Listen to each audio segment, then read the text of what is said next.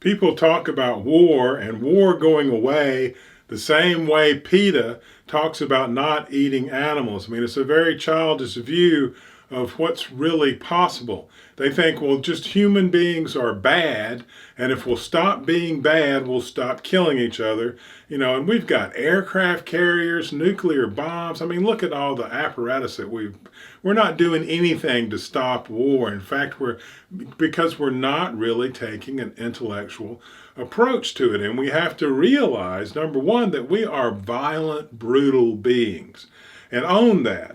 And that's what we do. And when we come in conflict with each other, we compete to have our desires met, whatever those desires are. And when the conflicts become diametrically opposed and we are in large communities, then we will go to war and just kill the other person. And that's who human beings are. We don't mind that.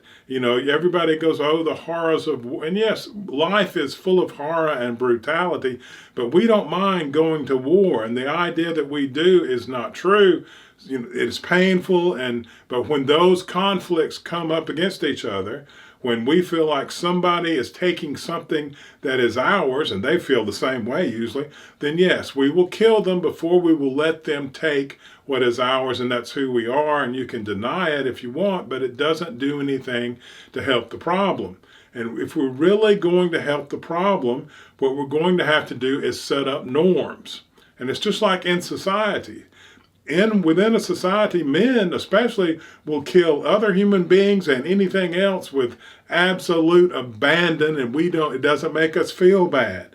That's just who we really are. But there are norms in society that won't allow men to do that. And so they have to channel all that aggression, hopefully, into something positive, like building houses or, all the things that men do that take a lot of aggression. And we have to create norms across the world like that so we can find a way to deal with our problems that aren't violent. And we're going to have to come together as one people. We have to work on seeing ourselves as a world community instead of separate pockets. And we were separate, pockets separated from each other.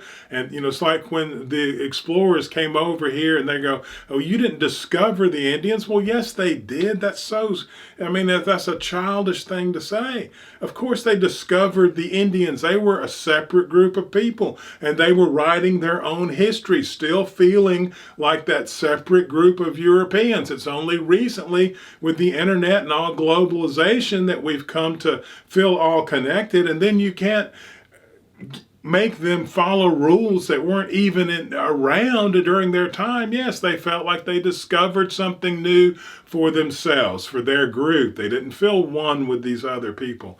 And that, we have to change that, and it's going to take not pointing fingers and blaming, but it's creating norms across the globe where, okay, we're a global community. And chances are that just like when those Europeans came over here, once we get that really good and down, at the same time, we'll be, doing space travel, and we'll find another group of people that we're diametrically opposed with, and luckily are beings, and, luckily we'll be hopefully together as one, so we'll be more powerful to see what we're going to do next. But this whole brutality is not leaving the world.